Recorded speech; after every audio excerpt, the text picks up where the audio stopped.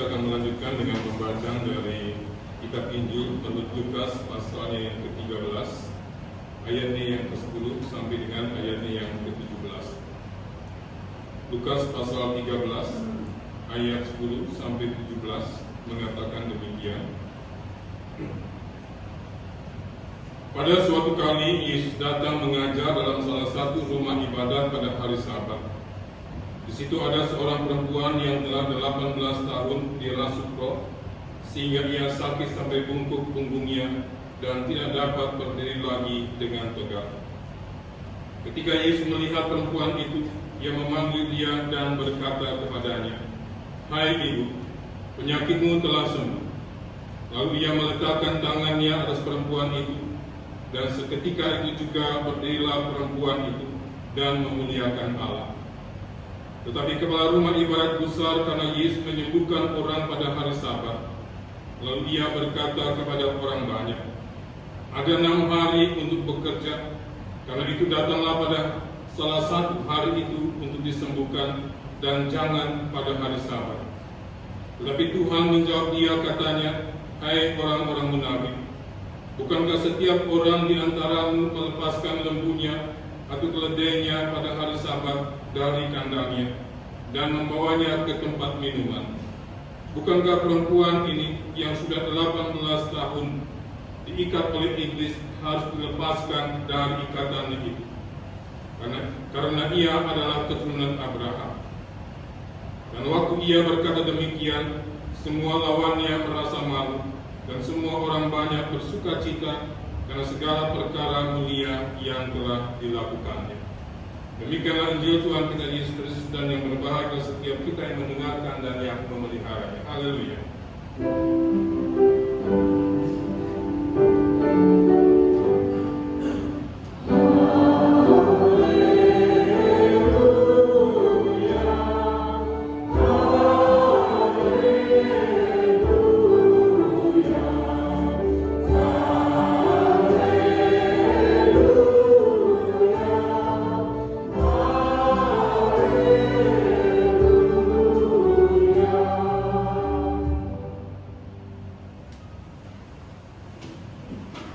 Bapak, Ibu, dan saudara-saudara yang dikasihi Tuhan, pada saat ini tema kita mengatakan Sabat yang memerdekakan. Dan itu berarti bisa jadi Sabat itu tidak memerdekakan. Dan Bapak, Ibu, dan saudara-saudara yang dikasihi Tuhan, apa yang saudara persiapkan ketika saudara akan pergi ke gereja beribadah?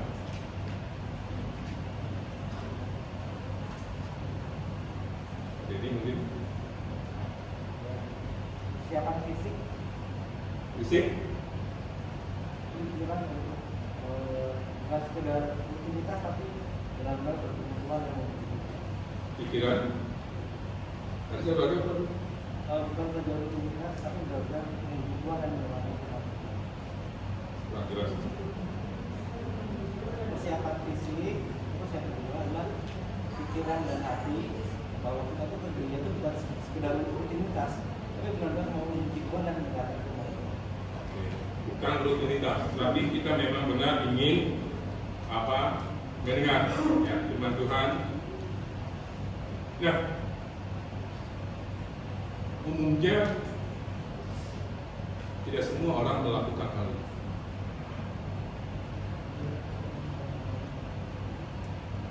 Ada yang terlambat, ya. Ada cuma 1 menit, 2 menit, tapi bisa 5 menit, bahkan 10 menit. Ibadah sudah berjalan. Kenapa kita harus mempersiapkan? Karena ketika kita beribadah, kita bukan hanya sekedar mengandalkan telinga kita untuk mendengarkan firman Tuhan, atau tidak hanya sekedar kita mengandalkan mulut kita untuk menyanyi. Tetapi kita diajak untuk mempersiapkan keseluruhan diri kita. Bukan hanya fisik kita, tetapi juga kita diajak untuk mempersiapkan pikiran dan hati kita. Mengapa? Karena ketika kita masuk dalam sebuah ibadah, yang kita inginkan itu bukan apa yang kita mau. Tapi ketika kita masuk dalam sebuah ibadah yang Allah mau untuk kita lakukan. Dan oleh karena itu, apa yang katakanlah ketika saudara ingin mendengarkan khotbah, bisa saja saudara bisa mendengarkan khotbah yang khotbahnya nggak nyambung dengan pergumulan saya. Mungkin dengan saudara tidak, tetapi mungkin dengan orang lain iya. Ketika katakanlah saya membaca temanya seperti ini, atau bacaannya seperti ini, kemudian kita mulai berpikir, kemungkinan khotbah akan seperti itu, ternyata bisa jadi ketika kita katakanlah masuk dalam ibadah itu, kita menjadi tidak senang. Oleh karena apa yang kita inginkan itu tidak kita dapat.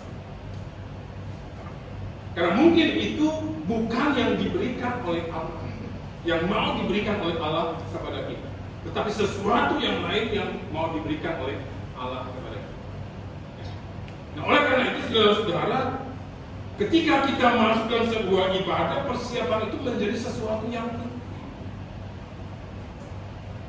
Enggak sekedar asal datang. Bahkan orang-orang tertentu itu mereka bisa sampai mempersiapkan pakaian mereka, sepatu mereka, bahkan mereka istilahnya berdandan sedemikian rupa, bukan untuk malu, tapi mereka mencoba untuk memberikan yang terbaik. Nah, tetapi ada yang lebih penting daripada itu adalah ketika kita masuk di dalam ibadah itu, mungkin Bapak Ibu tadi kita melakukan, Pak Yudi tadi mengajak kita untuk berdoa. Apalagi kalau kita datang terlambat, ibadah sudah mulai. Itu bisa mengganggu orang lain, bahkan juga kita sudah tidak siap.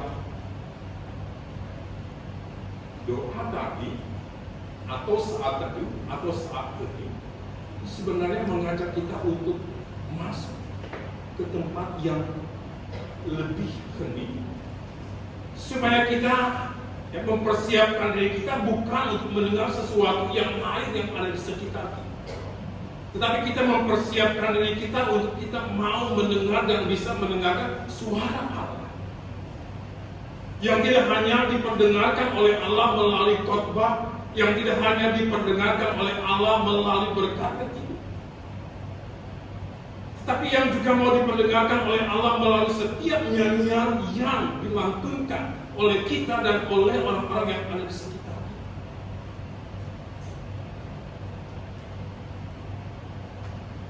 Kita bisa mendengar suara. Sebabnya keliru kalau seseorang datang ke gereja hanya untuk mendengarkan firman Allah. Keliru kalau dia hanya sekedar ingin mendengarkan khotbah. Sebab ibadah itu adalah kita mengalami totalitas bersama dengan Allah. Bukan di khotbahnya, tapi juga pada nyanyiannya, pada doanya, pada saat hening. Bisa saja khotbah itu tidak seperti yang kita inginkan, tidak sesuai dengan pergumulan kita, tetapi melalui nyanyian. Ternyata Allah berbicara kepada kita melalui nyanyian. Nah, kalau katakanlah kita fokus, kita konsentrasi, kita memusatkan keberadaan kita kepada Allah, maka kita akan akan mendapatkan apa yang mau diberikan oleh Allah sesuai dengan apa yang menjadi. Di sini hal yang pertama kita lihat. Kalau Sabat itu memerdekakan, Sabat itu menjadikan kita bebas, bukan berarti saudara bebas seenak-enaknya datang. Ya. Kan kadang-kala ada yang sudah datang terlambat, pulangnya duluan. Gitu ya. Bebas untuk tidak menyanyi, bebas untuk tidak berdoa. Ya. Bukan. Ya. Tetapi kita menjadi orang yang bebas untuk kita bisa mendengarkan suara Allah, dan suara Allah itu mempengaruhi kehidupan kita. Dan ketika kita keluar dari ruang ini, ketika kita menyelesaikan ibadah kita menjadi orang yang bebas untuk melakukan kebaikan-kebaikan Allah di setiap hal kegiatan yang kita lakukan. Jadi persiapan itu menjadi sesuatu yang penting. Kalau di awal kita diajak untuk masuk di dalam satu ini, kita diajak untuk berdoa bersama. Sebenarnya kita diajak untuk masuk lebih dalam untuk kita bisa merasakan keheningan, dan di dalam keheningan itu kita merasa Allah ada bersama dengan kita.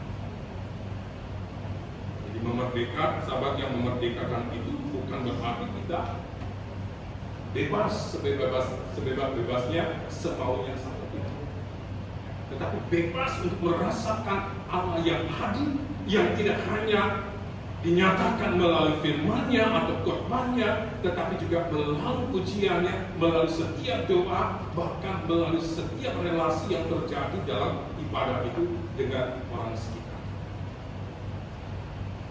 Ini hal yang pertama. Kemudian hal yang kedua, kalau kita kaitkan dengan apa yang ada di dalam kitab Yesaya, ya, maka di situ dikatakan, ya, apabila engkau menyebut hari Sabat hari kenikmatan dan hari kudus Tuhan hari yang mulia. Hari Sabat itu adalah kudus. Kalau dikatakan hari Sabat itu adalah kudus, maka kita diajak untuk bisa bukan hanya mempersiapkan untuk kita bisa masuk dalam ibadah, tetapi menjadikan keseluruhan hari itu menjadi sesuatu yang istimewa, sesuatu yang dikhususkan, sesuatu yang dipisahkan dari hal-hal yang biasanya kita lakukan. Kudus di dalam bahasa Ibrani itu kados, yang artinya terpisah. Jadi hari Sabat itu adalah hari yang terpisah dari hari-hari yang lain. Sebabnya di dalam 10 hukum Taurat dikatakan 6 hari lamanya engkau bekerja. Hari itu dikhususkan oleh Allah untuk manusia. Tetapi pada hari Sabat ini adalah hari yang dipisahkan oleh Allah, bukan untuk urusan manusia, bukan untuk urusan dirinya sendiri, tetapi hari Sabat itu adalah hari bagi Tuhan. Jadi kadang-kala kita menjadikan hari Minggu sebagai hari yang istimewa, yang spesial, oleh karena kita bisa istirahat, kita bisa santai, kita bisa leha-leha. Tetapi kita diajak untuk, ya, ini adalah harinya untuk Tuhan. Kalau dalam hari-hari kita, ya, kita kan punya weekend, ya. Weekendnya untuk diri kita sendiri, ya, untuk yang masih lajang. Itu weekend kita mau jalan-jalan kemana, kita refreshing. Ada weekendnya juga untuk keluarga, gitu kan. Kita bisa kumpul karena 6 hari itu kita semua masing-masing sibuk, gitu ya. Pas weekend kita bisa kumpul. Ketika katakanlah kita melakukan weekend sendiri, 6 hari sudah kerja, kita lelah. Kita diajak untuk beristirahat, kita memulihkan diri kita. 6 hari bekerja, setiap anggota keluarga sibuk dengan urusannya sendiri-sendiri, relasi bisa terganggu. Pada hari yang ke-7 di situ, setiap anggota diajak untuk bagaimana belajar memulihkan relasinya dengan anggota keluarga yang lain.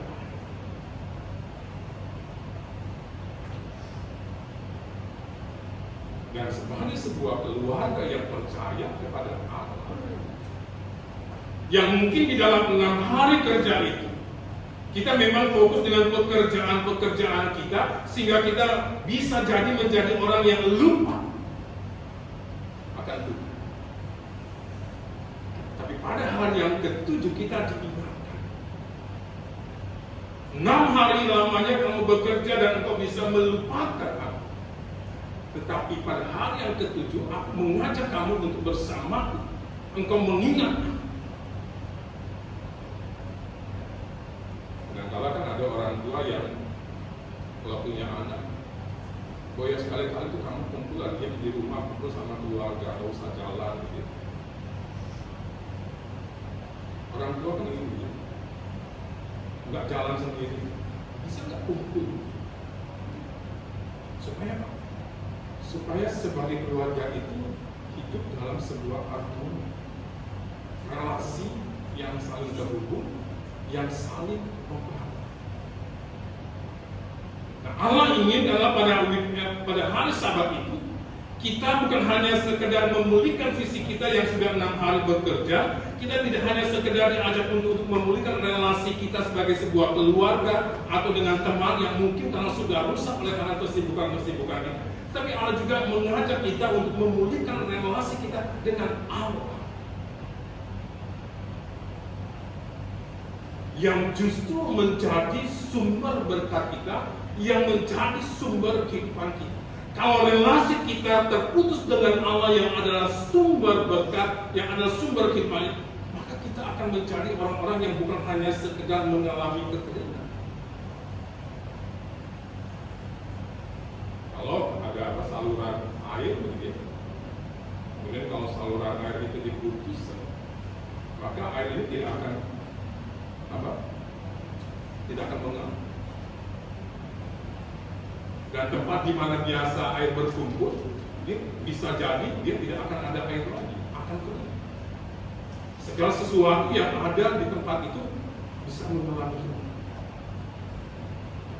Nah, jadi di sini kita diajar untuk memulihkan relasi kita dengan Allah supaya kita tidak mengalami kekeringan, supaya kita tidak mengalami kematian, tapi kita bisa menjadi orang-orang yang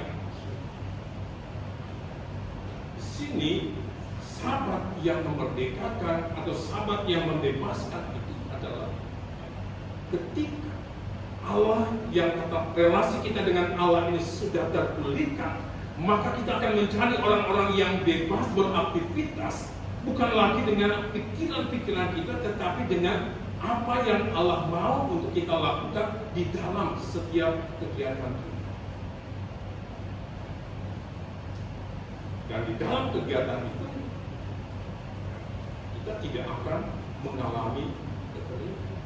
Oleh karena setiap hari Sabat, setiap hari Minggu, kita memperbaiki hubungan. Kita tidak akan pernah mengalami itu.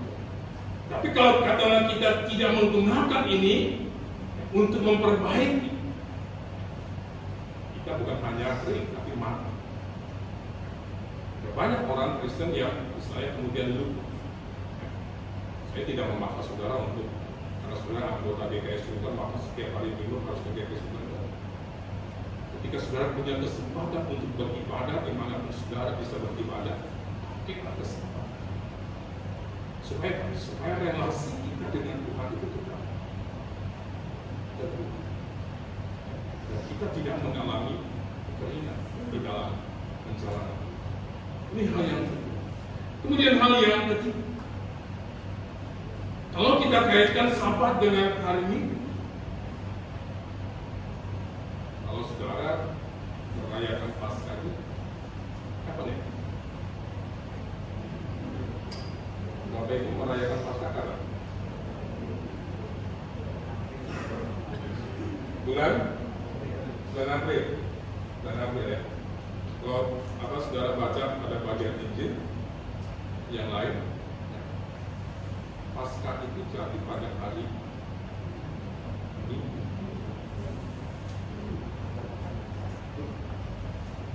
Jadi ketika kita beribadah pada hari Minggu, sebenarnya kita bukan hanya sekedar menjalankan sebuah ritual, tetapi pada saat itu kita diajak untuk merayakan tentang Tuhan yang bangkit, Tuhan yang memberikan kehidupan kepada setiap kita. Itu sebabnya hari Minggu atau hari Sabat itu akan menjadi hari yang sangat berbeda. Oleh karena sebagai persekutuan atau perkumpulan orang yang percaya, yang pada saat itu juga bersekutu bersama dengan Allah, kita akan mengungkapkan kesukacitaan kita, kegembiraan kita, rasa syukur kita. Sebabnya kita diajak menyanyi dengan sukacita. Sehingga apa yang dikatakan oleh Yesaya, engkau akan membangun reruntuhan yang sudah berabad-abad, engkau akan memperbaiki dasar yang diletakkan oleh banyak keturunan.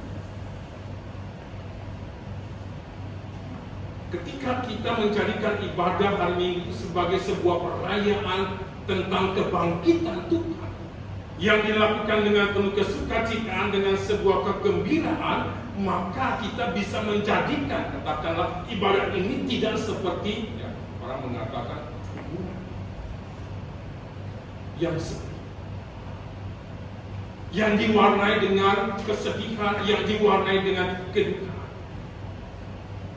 Tetapi ruang ibadah itu akan menjadi sebuah pesta yang sangat luar biasa, yang mengajak setiap kita untuk bergembira.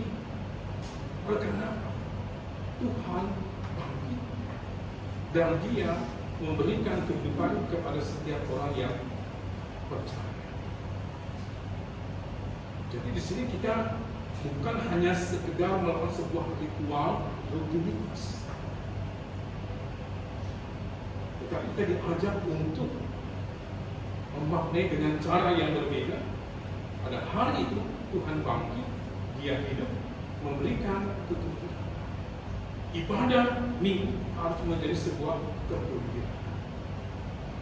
Kemudian hal yang terakhir, kalau kita memperhatikan apa yang dikatakan di dalam kitab Ibrani dalam ayat yang terakhir, jadi karena kita menerima kerajaan yang tidak tergoncangkan, marilah kita mengucap syukur dan beribadah kepada Allah menurut cara yang berkenan kepada. Jadi singkatnya ayat ini mau mengatakan, apakah kita adalah orang-orang yang berkenan kepada Allah? Maka kita adalah orang-orang yang layak, yang pantas. Orang mungkin akan mengatakan, saya tidak pantas, saya orang yang berdosa. Tetapi Allah memperkenankan. Dan ketika Allah memperkenankan, berarti Allah itu mau memberikan sesuatu, dan Allah ingin kita menerimanya sehingga kita masuk ke dalam anugerah. Dan ada banyak orang yang katakan tidak mengalami ibadah selesai, kemudian dia bisa mengatakan saya tidak mendapat apa.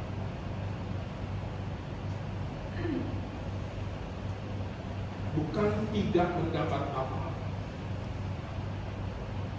tetapi kita mencari apa yang kita mau, bukan mencari apa yang Allah mau. Sebabnya dia akan pulang dengan kekecewaan. Dia tidak mendapatkan sesuatu. Karena seperti hal yang pertama tadi, suara Allah itu tidak hanya diperdengarkan melalui khotbahnya, tetapi juga Allah memperdengarkan suaranya melaluinya. Kita tidak mendapatkan dari khotbah, tetapi Allah mau memberikan apa yang kita inginkan itu dari doa kita. Oleh sebab itu, saudara-saudara, ketika kita masuk dalam ibadah ini, ketika kita melaksanakan ibadah-ibadah kita pada masa-masa yang akan datang, apakah kita menjadi orang-orang yang bebas? Ataukah kita menjadi orang-orang yang terjebak ke dalam sebuah rutinitas sehingga kita tidak tahu apa itu sabar, apa itu ibadah? Bagi orang yang merdeka, ia akan dimampukan untuk menghayati dan memaknai ibadah. Tapi bagi orang yang terbelenggu dengan sabat dan hari minggunya, dia tidak akan bisa merasakan hari sabat itu sebagai yang memerdekakan.